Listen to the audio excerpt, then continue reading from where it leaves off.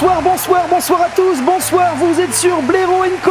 Blaireau & Co, c'est l'émission du mardi soir, l'émission du lundi midi, et là, exceptionnellement, messieurs, l'émission du lundi soir. Bonsoir, messieurs. Bonsoir. Donc vous êtes en direct sur Twitch, vous êtes en rediff sur YouTube, si tout va bien, on verra si j'ai le temps de monter. Est-ce que Quentin, t'es là encore pour 8 minutes, si je dis pas de bêtises? Est-ce que tu veux nous faire part d'une œuvre de pop culture, un livre, un film, une vidéo, une chaîne YouTube, à part celle de Geek Concept.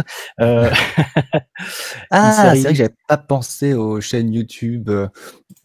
Qu'est-ce que j'ai fait comme découverte? C'était pas con ça. Ça c'était une très bonne.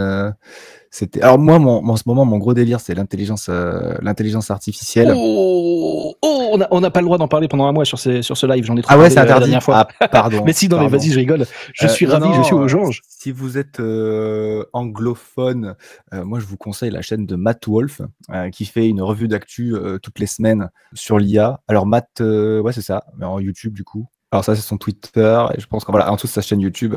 Donc moi j'avoue que avant ça allait un peu dans tous les sens, je savais jamais aller.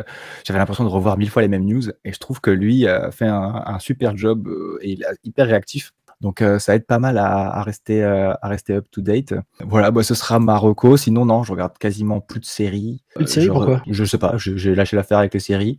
Trop chronophage? Non, pas du tout, parce qu'en échange, je vais regarder des documentaires ou même des jeux télé. Oui, donc c'est pas forcément mieux, oui. Non.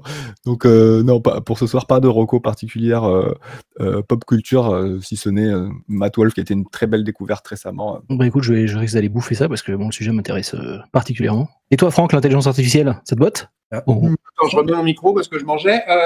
Oui, ça me botte. Ouais, grave. Je trouve ça dingue. Je disais à un copain pas plus tard que ce matin que moi, j'ai le privilège d'avoir connu le monde sans Internet et je me souviens de cette époque de 96-97 où ça commençait à arriver, où il y avait vraiment deux camps, quoi. T'avais les gens qui disaient c'est quoi, c'est une page de texte qui s'affiche sur un écran, quoi. Et puis, tu avais l'autre équipe dans laquelle moi j'étais, quoi, qui disait, mais attends, non, là, je pense qu'on se rend pas compte de la révolution que ce truc-là va engendrer sur la société. Et d'ailleurs, en vrai, maintenant, je me rendais même pas compte moi-même que je me rendais pas compte. Tu m'étonnes, oui. Et je pense vraiment que on est à peu près au même stade là avec l'IA.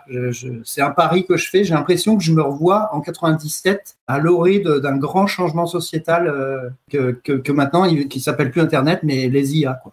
Ouais, c'est le grand changement risque d'être, enfin, on sait pas où est-ce qu'on va, mais il risque d'être encore pire que le bouleversement qui a été Internet, qui a déjà été un bouleversement, mais juste faramineux. Complètement dingue, bah oui. En 30 ans, le monde a tellement changé grâce à Internet, quoi.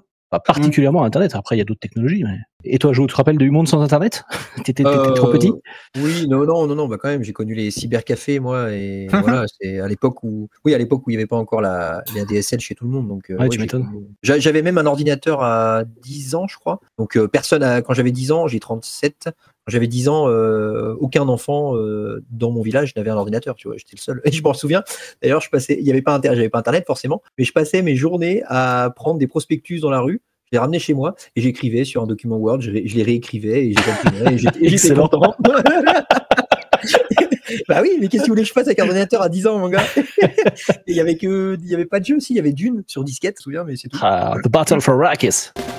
Dune, The Battle for Arrakis. Premier RTS, un des tout premiers RTS. Ouais, et du coup, les premiers jeux sur PC que j'ai joué, c'est Dune, j'ai jamais réussi à le finir d'ailleurs.